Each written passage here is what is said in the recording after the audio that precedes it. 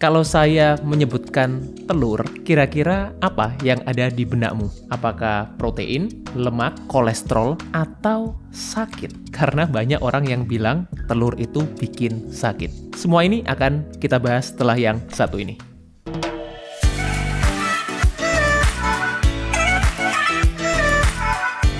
Oke, jadi sebelum masuk ke materinya, saya akan intro dulu, saya perkenalkan dulu yang ada di meja ini. Healthy Cook. Jadi Healthy Cook ini adalah provider makanan sehat yang berdomisili di Surabaya. Jadi ada cateringnya, juga ada cemilan-cemilan sehatnya juga. Spesialisasinya Healthy Cook ini adalah personalized healthy catering.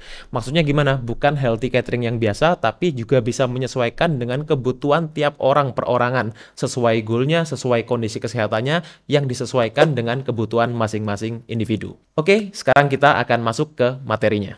Halo Sobat Sehat, jumpa lagi bersama dengan saya Dr. Hans di channel kesayangan kita SB30 Health episode Panas, panduan nutrisi tanpa sensor. Dan kali ini saya akan share makanan yang dicintai oleh sejuta umat, mungkin termasuk kamu salah satunya, tapi juga banyak juga dihindari. Karena apa? Karena katanya sih bikin berbagai macam penyakit atau bikin sakit, gampangnya seperti itu. Kita bicara soal telur, ya.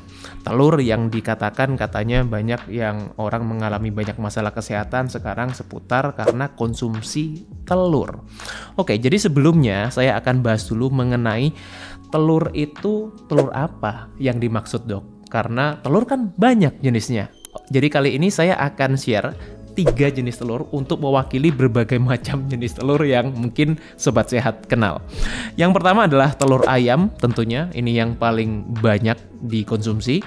Kemudian telur bebek, kalau di Indonesia di beberapa wilayah itu juga cukup banyak yang mungkin lebih memilih telur bebek dibanding telur ayam, katanya lebih lesat dan lain-lain. Kemudian juga telur puyuh, nah tuh yang biasanya dibikin sate, atau juga telur puyuh. Cukup banyak digemari oleh orang-orang di Indonesia. Kita akan bedah dulu nih. Nah, saya sudah buat rangkumannya buat Sobat Sehat khusus. Jadi perbandingan antara telur ayam, telur bebek, dan telur puyuh. Di sini telur ayamnya per butir, telur bebeknya per butir, dan telur puyuhnya itu per 5 butir. Supaya ya at least equal lah ya, setara. Total kalorinya untuk telur ayam adalah satu butirnya 72 kalori, total lemaknya 5 gram, total karbohidratnya 0,5 gram, proteinnya 6 gram, dan kolesterolnya adalah 186 mg per butirnya. Ini yang satu butir ukuran ya, let's say ukuran yang cukup besar ya, sekitar satu beratnya 60 gram per butirnya. Sedangkan telur bebek memang ukurannya lebih besar. Per butirnya total kalorinya adalah 130 kalori dengan total lemaknya itu 2 kali telur ayam 10 gram, kemudian total karbohidratnya juga 2 kalinya 1 gram, proteinnya lebih tinggi 9 gram, dan kolesterolnya 619 mg. Cukup besar memang ya, dibandingkan ayam ini bisa dibilang udah 3 kalinya ya, kurang lebih sekitar 3 kali telur ayam kandungan kolesterolnya. Dan telur puyuh per 5 butir total kalorinya adalah 79 kalori, total lemaknya 3,5 gram, kemudian total karbohidratnya 0,5 gram setara dengan telur ayam, proteinnya 6,5 gram juga setara dengan telur ayam, dan kolesterolnya tapi lebih tinggi 380 mg.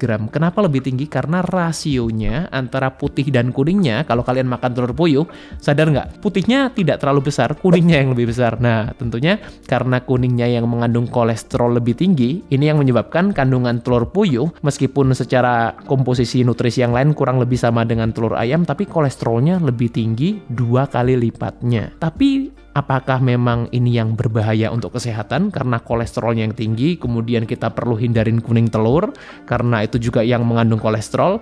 Kita simak dulu lanjutannya. Ya, jadi selain mengandung beberapa makronutrisi, selain karbohidrat, protein, lemak, telur itu juga mengandung mikronutrisi. Jadi dari ketiga telur ini, apa saja yang akan kita bahas di sini? Vitamin A, yes, dan ini adalah vitamin A yang aktif, retinol. Jadi berbeda dengan vitamin A yang terkandung di dalam sayur-sayuran seperti wortel, tomat, itu adalah beta karoten. Itu provitamin A, bukan vitamin A. Kemudian vitamin D3, kolin, lecitin, lutein dan zeaxanthin, ini adalah golongan karotenoid, kemudian fosfolipid, gabungan antara lemak dan fosfor, kemudian juga omega 3 dan sphingomyelin.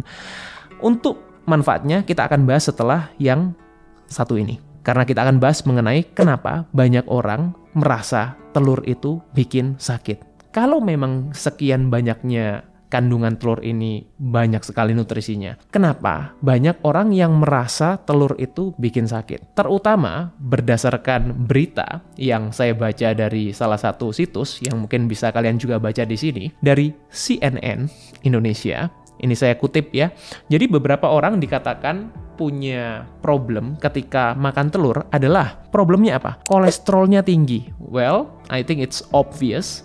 Banyak orang yang juga menghindari telur karena apa? Karena kolesterolnya tinggi. Dan terbukti memang dari yang kita bedah tadi, kolesterolnya memang termasuk tinggi. Karena kita disarankan katanya konsumsi telur itu dibatasi satu hari itu 300 mg. Tapi apakah benar demikian? Juga akan kita bahas nanti. Kemudian selanjutnya, masalah yang juga banyak muncul setelah orang makan telur itu katanya adalah mengalami gangguan pencernaan.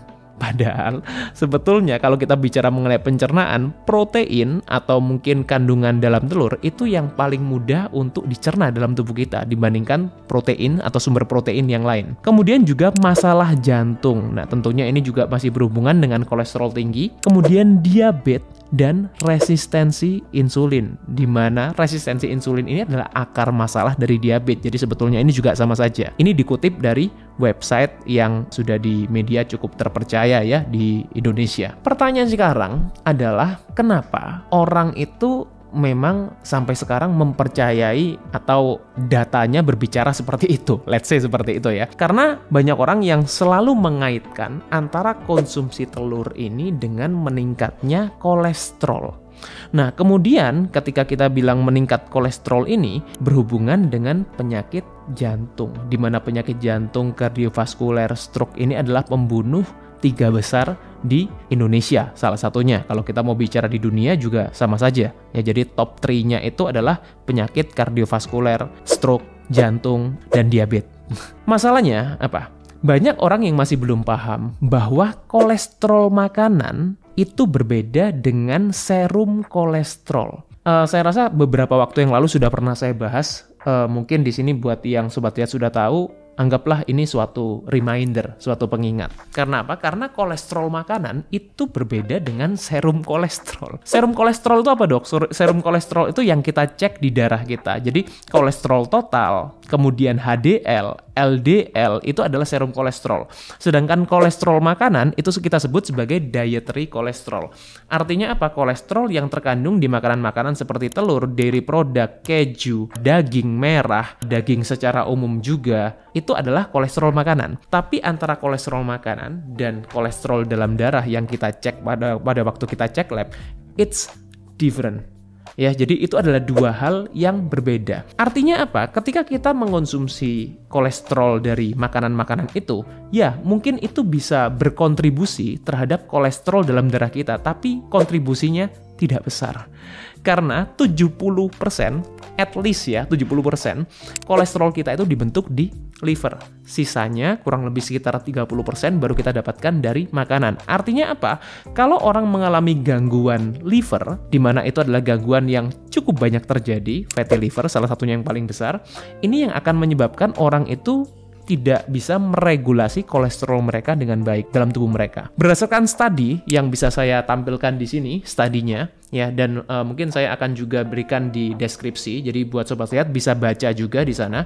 Di sini ada beberapa studi yang saya kutip dan ini studinya sudah meta-analisis. Artinya apa? Studi ini sudah grade-nya itu paling tinggi di dalam kita scientific study. Tidak ada asosiasi konsumsi telur dengan penyakit jantung atau cardiovascular disease. Ya, jadi yang berbicara adalah studi ya, bukan kata saya. Jadi jangan percaya apa yang saya katakan mentah-mentah, baca studinya. Well, meskipun kalau kita melihat di studi ini juga ada peningkatan serum kolesterol, again ya, serum kolesterol itu apa? Kolesterol dalam darah ketika orang itu konsumsi telur. Artinya apa? Yes, ketika kita konsumsi makanan-makanan yang tinggi kolesterol, apalagi dalam jumlah yang banyak, ini akan mempengaruhi. Meskipun ini tadi 30% ya, lebih sedikit dibandingkan apa yang tubuh kita produksi, kolesterol yang diproduksi oleh tubuh kita sendiri, tapi ini tetap berkontribusi kalau kita konsumsinya dalam jumlah yang banyak. Tapi kalau kita berbicara mengenai telur, yang dikatakan orang adalah sumber kolesterol, dan ini perlu dihindari, serum kolesterolnya akan meningkat, tapi tidak meningkatkan risiko penyakit kardiovaskuler. Artinya apa, Dok? Ini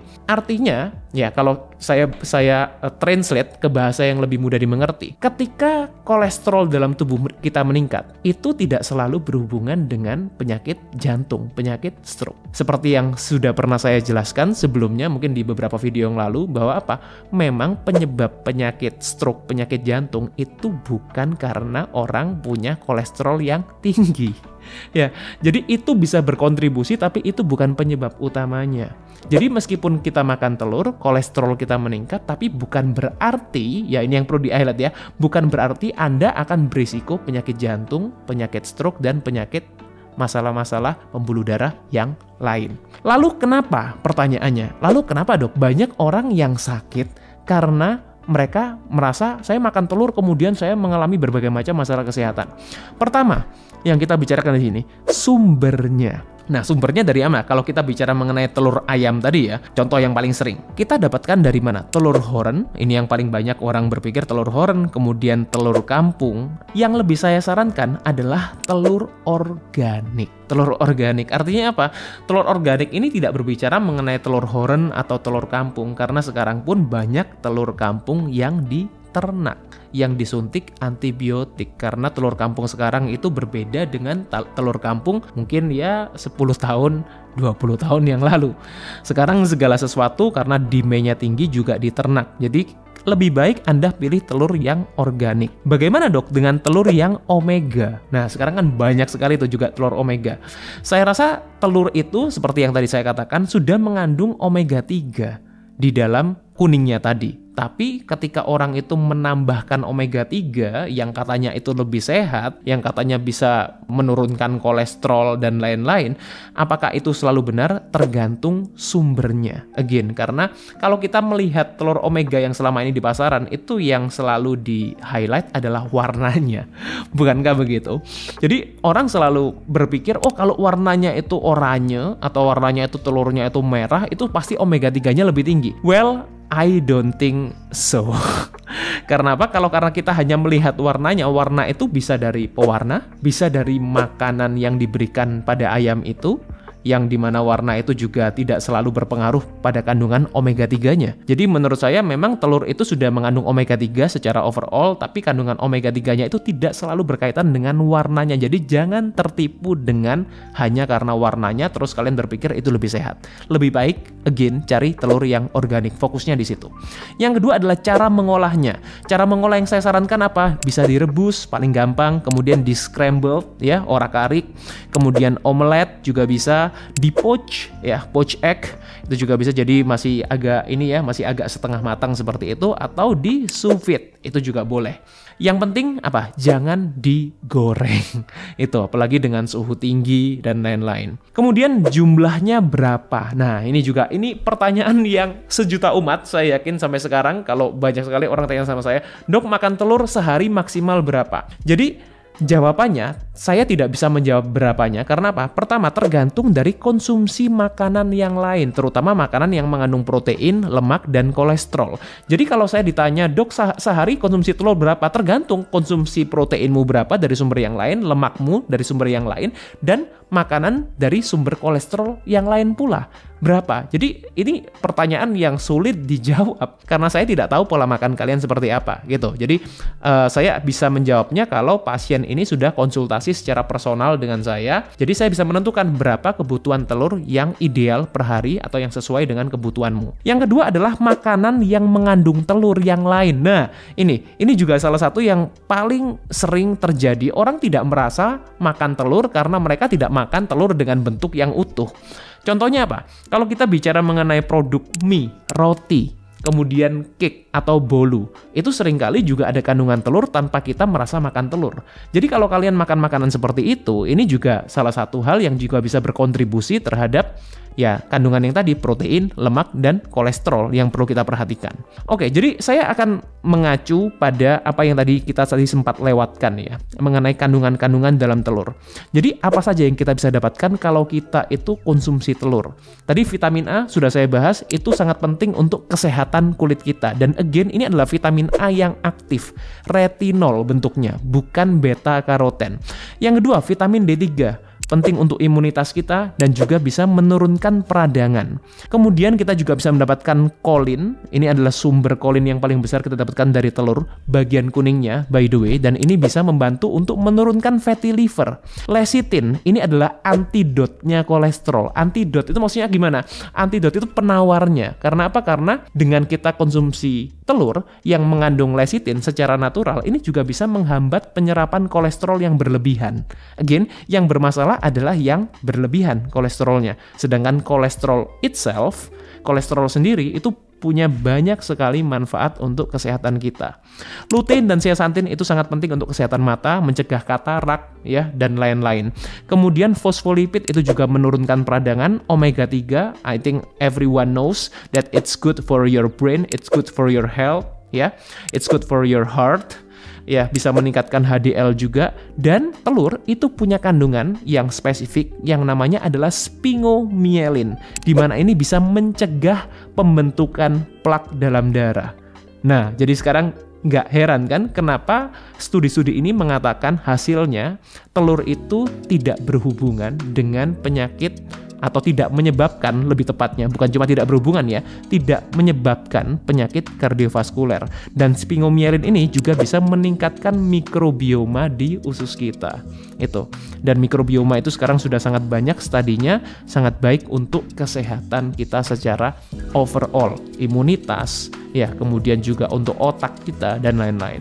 Jadi, sekarang gimana dok cara konsumsi telur yang sehat supaya tidak menyebabkan sakit, penyakit, masalah kesehatan dan lain-lain? Saya berikan di sini adalah 3 tipsnya cara konsumsi telur yang sehat. Siap? Yang pertama, pilih sumber yang baik tadi ya.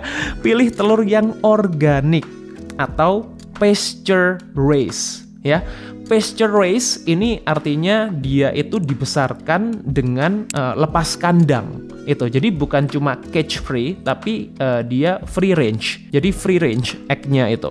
Jadi buat teman-teman mungkin yang merasa, jadi saya yakin karena penontonnya di sini mungkin banyak sekali yang juga sangat concern dengan telur, atau mungkin ada produsen telur di sini. Coba komen di bawah. Kira-kira kalian ada yang bisa menunjukkan bahwa kalian punya telur yang organik, bisa komen di bawah ya, atau mungkin ada produsen telur yang ingin men-challenge saya bahwa mungkin mengklaim bahwa telurnya organik, juga bisa tulis di bawah, nanti akan saya cek telurnya ya.